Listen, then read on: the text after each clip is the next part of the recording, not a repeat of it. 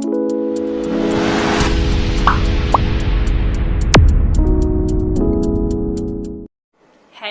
everyone, my name is Sonia Rathi and welcome to my YouTube channel Inspiration Hub by Sonia। तो student, जैसा कि आपको पता है, हमने एक सीरीज स्टार्ट करी है ऑर्गेनिक केमिस्ट्री वेव सीरीज। अब इस ऑर्गेनिक केमिस्ट्री वेव सीरीज में हम क्या करेंगे, बिल्कुल बेसिक से हम ऑर्गेनिक केमिस्ट्री को स्टार्ट करने वाले हैं और धीरे धीरे हम एडवांस लेवल तक पहुंचेंगे। तो चलिए स्टूडेंट्स, आज की जो क्लास है फर्स्ट क्लास है, तो चलिए स्टूडेंट्स वो क्लास स्टार्ट करते हैं।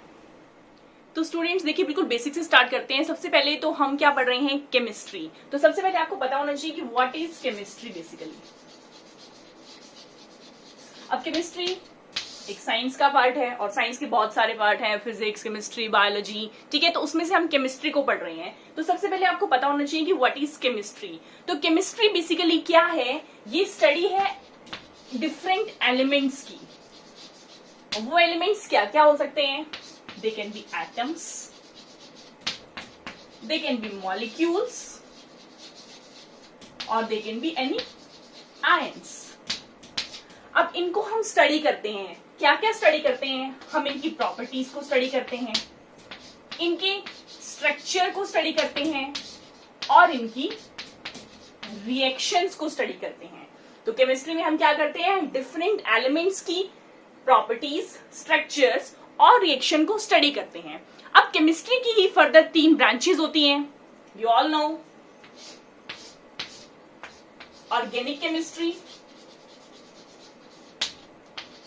Inorganic chemistry and physical chemistry. तो हम जो सीरीज लेके आए हैं वो लेके आए हैं ऑर्गेनिक केमिस्ट्री की वेव सीरीज। तो इसमें हम पढ़ेंगे ऑर्गेनिक केमिस्ट्री के बारे में। देन स्टूडेंट्स, आपको पता होना चाहिए what is basically organic chemistry. Organic chemistry क्या है, it is the study of carbon containing compounds. ऐसे कंपाउंड जिनमें कार्बन होता है, उसकी स्टडी को हम बोलते हैं ऑर्गेनिक केमिस्ट्री। अब ऐसा क्यों है कि सिर्फ कार्बन ही जो है ऐसा एलिमेंट है, उसे हम अलग से पढ़ रहे हैं। बाकी सारे एलिमेंट्स को हमने इनऑर्गेनिक में स्टडी किया था, सभी के साथ मिक्स होकर स्टडी कर रहे थे, बट कार्बन को स्पेशली हमने लिया है ऑर्गेनिक केमिस्ट्री के अंदर। तो सबसे पहले जानना ये जरूरी है कि ऐसा क्यों है। तो उसके लिए कुछ प्रॉपर्टी आपको कार्बन की पता होनी चाहिए। तो देखिए स्टूडेंट्स, कार्बन का एटॉमिक नंबर सभी को पता है। What is the atomic number of carbon? Atomic number of carbon is 6। तो जब एटॉमिक नंबर 6 है तो इसकी इलेक्ट्रॉनिक कॉन्फ़िगरेशन क्या होगी, 1s2, 2s2, 2p2। ये इसके वैलेंस इलेक्ट्रॉन है। आई थिंक इतना आपका बेसिक क्लियर होगा। जो आपने फर्स्ट 4 चैप्टर तो मिड टर्म एग्जाम्स में आए थे, आई होप कि आपने वो जो फर्स्ट 4 चैप्टर्स हैं वो तो अच्छे से स्टडी किए होंगे 11th क्लास में, ठीक है। तो इसके वैलेंस इलेक्ट्रॉन्स कितने हैं,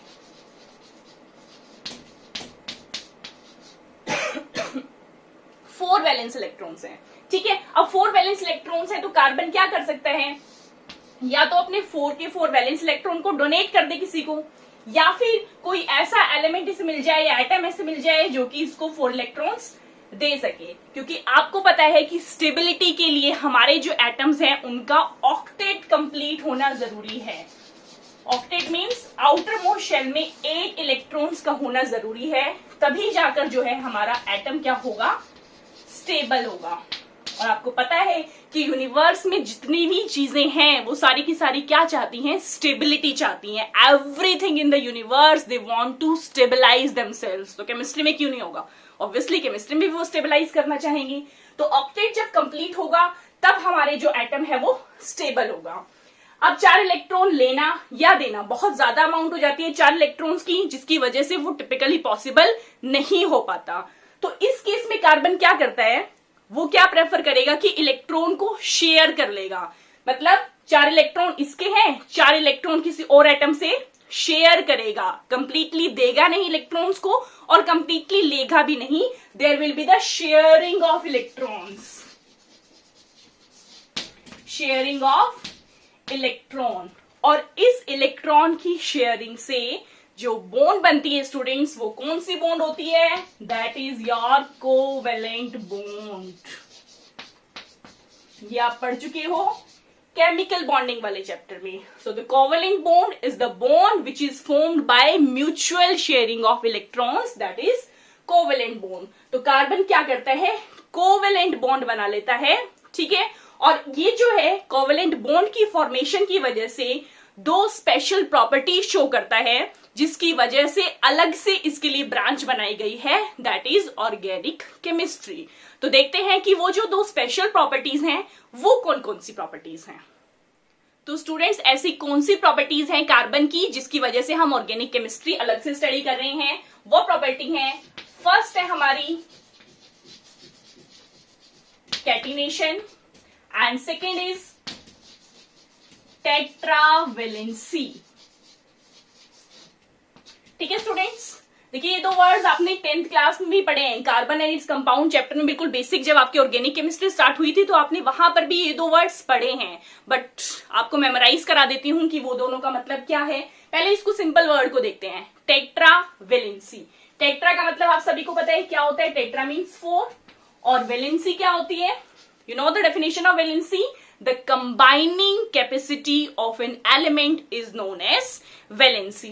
It means combining capacity carbon की कितनी है, 4 है।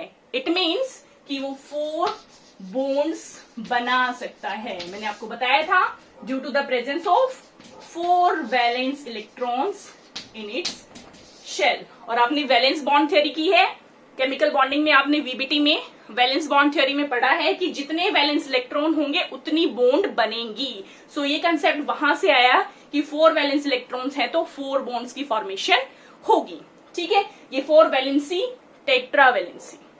Next term is catenation.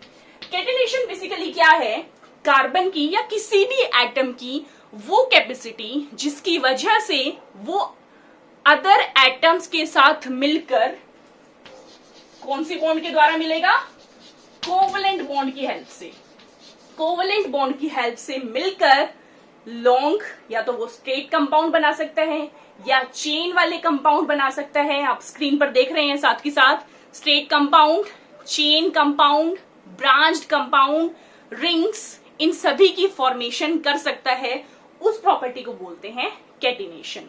तो ये बेसिकली ये ऐसी दो प्रॉपर्टीज हैं जिसकी वजह से कार्बन को अलग से हम स्टडी कर रहे हैं। तो I think student this is now clear कि कार्बन को हम अलग से ऑर्गेनिक केमिस्ट्री में स्टडी क्यों करते हैं। अब देखते हैं कि ऑर्गेनिक केमिस्ट्री बेसिकली है क्या, व्हाट इज ऑर्गेनिक केमिस्ट्री। अब जैसे कि मैंने आपको केमिस्ट्री की डेफिनेशन बताई थी, केमिस्ट्री में क्या होता था कि डिफरेंट एलिमेंट्स की हम स्टडी करते थे। तो ऑब्वियसली यहां पर ऑर्गेनिक केमिस्ट्री है तो हम ऑर्गेनिक कंपाउंड्स की स्टडी करेंगे।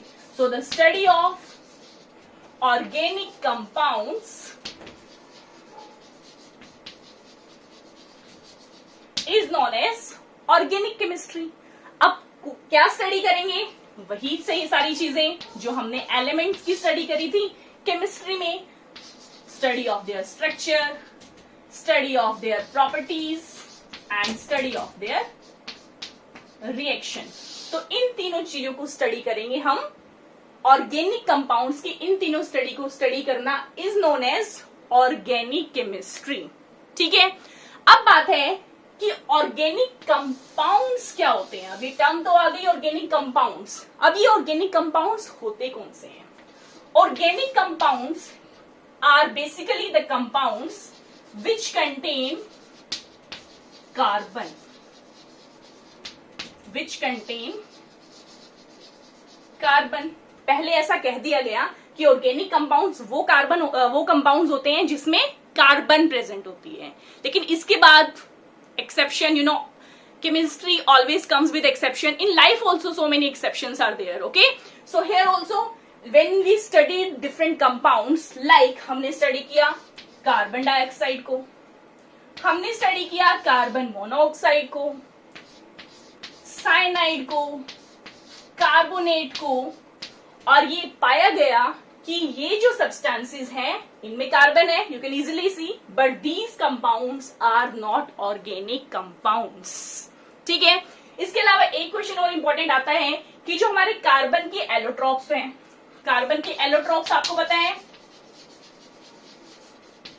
एलोट्रॉप्स कार्बन के कौन कौन से हैं? डायमंड है और ग्रेफाइट है। एलोट्रॉप्स बेसिकली क्या है कि उस एटम की एबिलिटी जिसकी वजह से वो सिमिलर डिफरेंट फॉर्म्स में जो है एग्जिस्ट कर सकता है। तो कार्बन की दो एलोट्रॉपिक फॉर्म्स हैं, डायमंड एंड ग्रेफाइट। तो क्या ये ऑर्गेनिक कंपाउंड्स हैं? That is also not organic compound. फिर सोचा गया कि है क्या फिर ये ऑर्गेनिक कंपाउंड?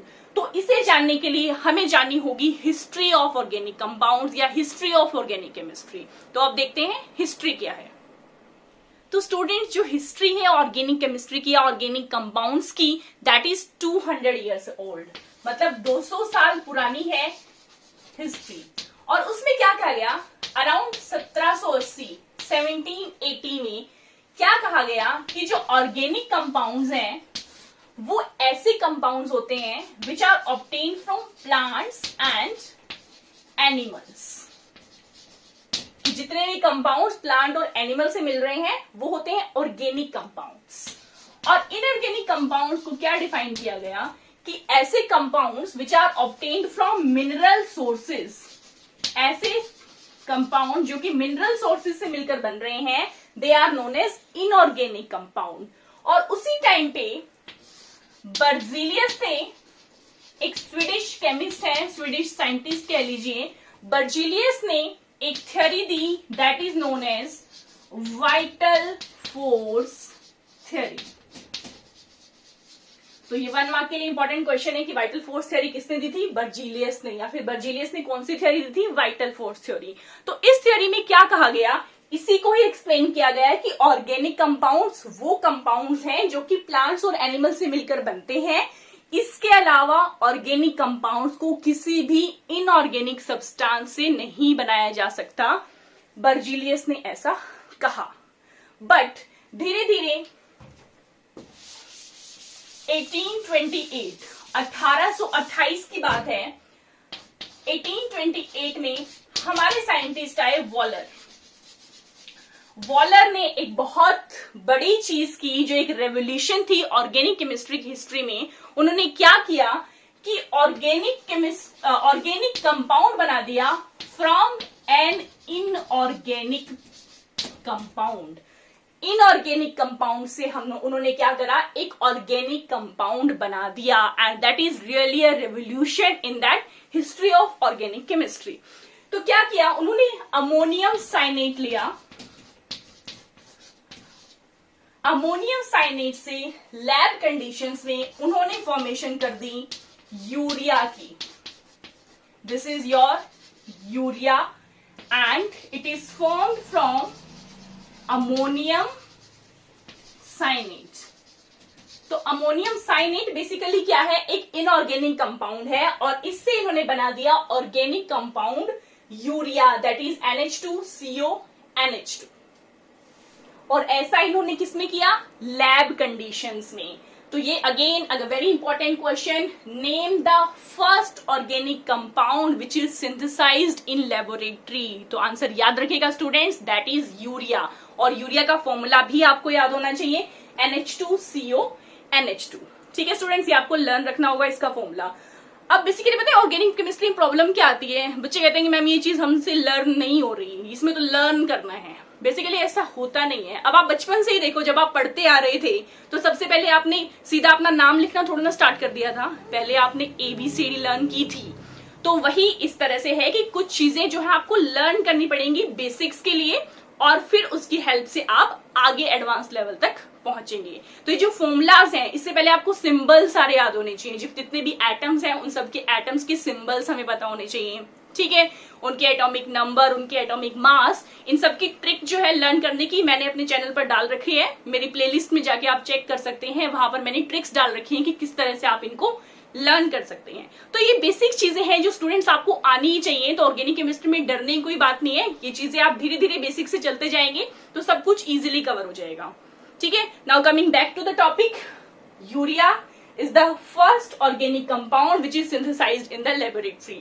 बट यहां पर आकर बात नहीं रुकी, फिर और भी साइंटिस्ट आए, जैसे कि बर्थेलॉट आए। बर्थेलॉट ने क्या किया, बर्थेलॉट ने मीथेन की सिंथेसिस कर दी। और किसने की? कॉल्बे आए। कॉल्बे ने क्या की? एसिटिक एसिड की सिंथेसिस कर दी। तो इस तरह से ये चीज गलत प्रूव हो गई कि जो ऑर्गेनिक कंपाउंड्स हैं वो सिर्फ और सिर्फ प्लांट्स और एनिमल से मिलकर बनते हैं। ऑर्गेनिक कंपाउंड्स को हम लैब में भी बना सकते हैं। ठीक है, ये बात तो हुई हमारी हिस्ट्री ऑफ ऑर्गेनिक केमिस्ट्री की। ठीक है, हमने हिस्ट्री जान ली। अब बात ये है कि ऑर्गेनिक केमिस्ट्री को हमें क्यों पढ़ना चाहिए, हमारी लाइफ में क्या इंपॉर्टेंस है ऑर्गेनिक केमिस्ट्री की। तो स्टूडेंट जो नेक्स्ट चीज है, why to study organic chemistry, भाई क्यों पढ़नी चाहिए, हमारी लाइफ में क्या इंपॉर्टेंस है। तो जितने भी जो फ्यूल्स होते हैं, लाइक आपकी कोल, पेट्रोलियम, नेचुरल गैस, इन सब में क्या होती है? ऑर्गेनिक कंपाउंड्स होते हैं। आपकी जो डाइज होती हैं, कलर इंपार्टिंग एजेंट्स होते हैं, क्या होते हैं? ऑर्गेनिक कंपाउंड्स होते हैं। आपकी जितनी भी ड्रग्स होती हैं, मेडिसिन जो होती हैं, उन सब में क्या होते हैं? ऑर्गेनिक कंपाउंड से मिलकर बनती है। जितने भी कपड़े होते हैं, क्लोथ्स होते हैं, उनमें फाइबर्स होते हैं, छोटी क्लासेस से आप पढ़ते आ रहे हैं, तो वो भी क्या है? हमारी केमिस्ट्री है, ऑर्गेनिक केमिस्ट्री है। और इसके अलावा अगर हम बात करें अपनी बॉडी की, ह्यूमन बॉडी में अगर हम बात करें, तो ह्यूमन बॉडी में जो आपके मसल्स हैं, ब्लड है, टिश्यूज हैं, प्रोटीन्स हैं, ये सारी की सारी क्या हैं? ऑर्गेनिक कंपाउंड्स हैं। इसलिए इन सबको पढ़ना बहुत जरूरी है। ऐसी एक वीडियो मैंने बना रखी है कि बेसिकली मैंने कंपेयर कर रखा है जो हमारी लाइफ है और केमिस्ट्री, तो क्या है इंपॉर्टेंस हमारी लाइफ में केमिस्ट्री की। ऊपर आई बटन पर आप देख सकते हैं, वहां से क्लिक करके आप इस वीडियो को देखिएगा। ठीक है, ताकि आपको पता लगे कि केमिस्ट्री इतनी इंपॉर्टेंट है और इसे पढ़ना इतना ज्यादा जरूरी क्यों है। तो ठीक है स्टूडेंट्स, इन सब रीजंस की वजह से हमें ऑर्गेनिक केमिस्ट्री को स्टडी करना चाहिए। अब बात है कि हम एक लेवल से स्टार्ट करेंगे। ऑर्गेनिक केमिस्ट्री बेसिकली क्या है, आप एक सोचिए, ये एक मल्टी स्टोरी बिल्डिंग है, बहुत बड़ी बिल्डिंग है, और हम कोई सुपर हीरो नहीं है, या मैं कोई सुपर वुमेन नहीं हूं, या मेरे अंदर कुछ ऐसी पावर्स नहीं है कि मैं जंप करके यहां तक पहुंच सकूं। बेसिकली हमारे पास क्या है? एक सीढ़ी है। तो ऑर्गेनिक केमिस्ट्री की पीक तक पहुंचने के लिए हमारे पास एक सीढ़ी है, और उस सीढ़ी पर चढ़कर धीरे धीरे हमें ऊपर पहुंचना है। तो हम जो है इस सीढ़ी पर ही चढ़ते जाएंगे और धीरे धीरे मास्टर कर लेंगे ऑर्गेनिक केमिस्ट्री को। ठीक है, तो ये सीढ़ी की शुरुआत हम बात करेंगे मेन कार्बन से। अभी की वीडियो थोड़ी लेंथी हो रही है, तो नेक्स्ट वीडियो में मैं आपको बताऊंगी, हम स्टार्ट करेंगे बेस ऑफ ऑर्गेनिक केमिस्ट्री की, बेसिकली कार्बन के बारे में उसमें हम पढ़ेंगे, हाइब्रिडाइजेशन के बारे में उसमें हम पढ़ेंगे। तो स्टूडेंट्स उस वीडियो को देखिएगा। वो वीडियो भी आज शाम तक, नहीं तो कल सुबह जैसे ही आप उठेंगे तब तक वो अपलोड हो चुकी होगी। कोशिश रहेगी आज शाम तक ही अपलोड हो जाए। तो स्टूडेंट्स, ये था जनरल इंट्रोडक्टरी वीडियो की ऑर्गेनिक केमिस्ट्री क्यों जरूरी है। और एक मेरी रिक्वेस्ट है आपसे कि आप साथ के साथ एनसीईआरटी की बुक की जो है लाइन टू लाइन रीडिंग लेते रहिए, और आप देखोगे कि ये सारी चीजें मैंने कवर करा दी हैं। तो स्टूडेंट्स, अगर आपको ये वीडियो अच्छी लगी है तो इसे लाइक कीजिए। अगर आपके कुछ सजेशंस हैं तो मुझे कमेंट बॉक्स में कमेंट करके बताइए। मेरे चैनल को सब्सक्राइब कर लीजिए और शेयर कीजिए मैक्सिमम स्टूडेंट्स के साथ। तो तब तक के लिए students, stay safe, stay home, all the best to all of you. Thank you so much.